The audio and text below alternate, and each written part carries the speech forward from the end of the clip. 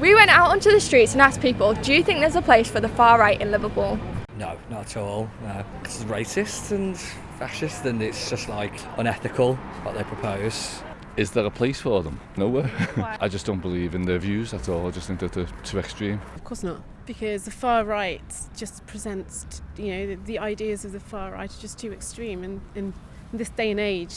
People should have opinions, but the far right, at some point just take things too far. No, because there's no reason really for hate, is there? So We went to the Anti-Fascism protest yesterday and spoke to Mick Myers and Alan Gibbons. Tell us a little bit about this football lads and lasses against fascism. Yeah, it's a response to the DFLA, the Football Lads Alliance, which is a fascist organisation. Mostly centred around the south of England, but they've been spreading their evil message throughout the country at various football clubs, and we're countering it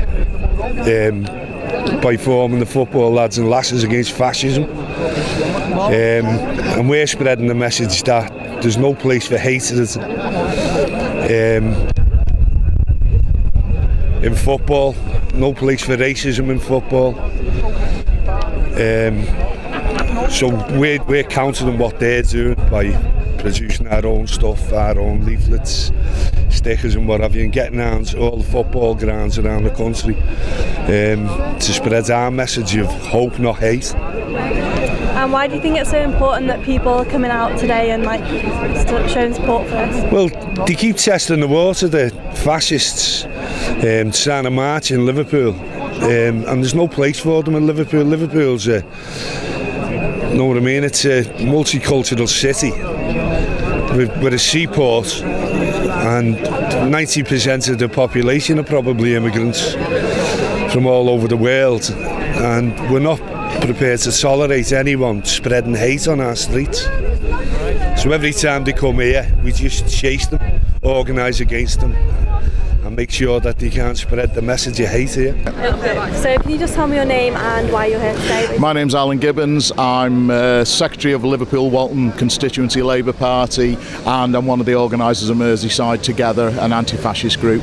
And why do you think it's so important that everyone's out here today supporting this? Well, the far right is on the rise across Europe. I mean, in some countries they've actually got into government.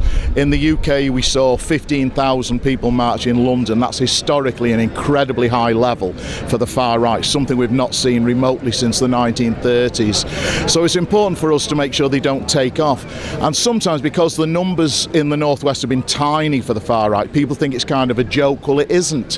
When we ran National Action out of town, they had to hide them in the lost property area of Liverpool Lime Street. But you think, within a year they were planning a machete attack on a Labour MP called Rosie Cooper.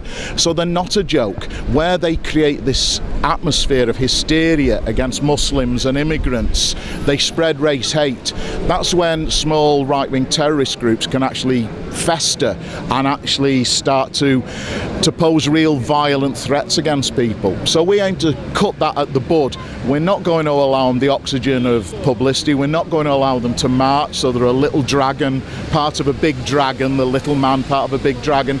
We're going to stop them. They don't take a step in Liverpool without opposition, and that is for all time, in perpetuity, no passaran. That's great. And do you think the government could be doing more to stopping these right-wing groups?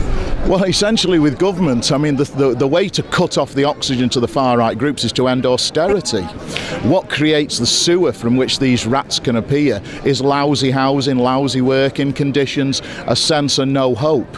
And the greatest thing that our government could do is to stop transferring the wealth of our society away from the poor and the working people and into the hands of the rich. And that's what the Labour Party manifesto was about in 2017, to give hope to our communities. And how do you go about organising an event like this, and who do you find you get the most support from? The most support is from ordinary working people. It's as simple as that.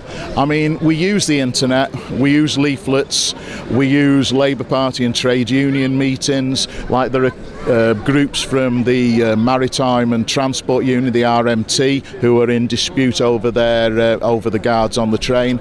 There's Fire Brigade Union members, Unite, the union. It is the organised working class that provides the backbone, and the constituency Labour parties that you can see the banners around. Organisation, that's what it's about.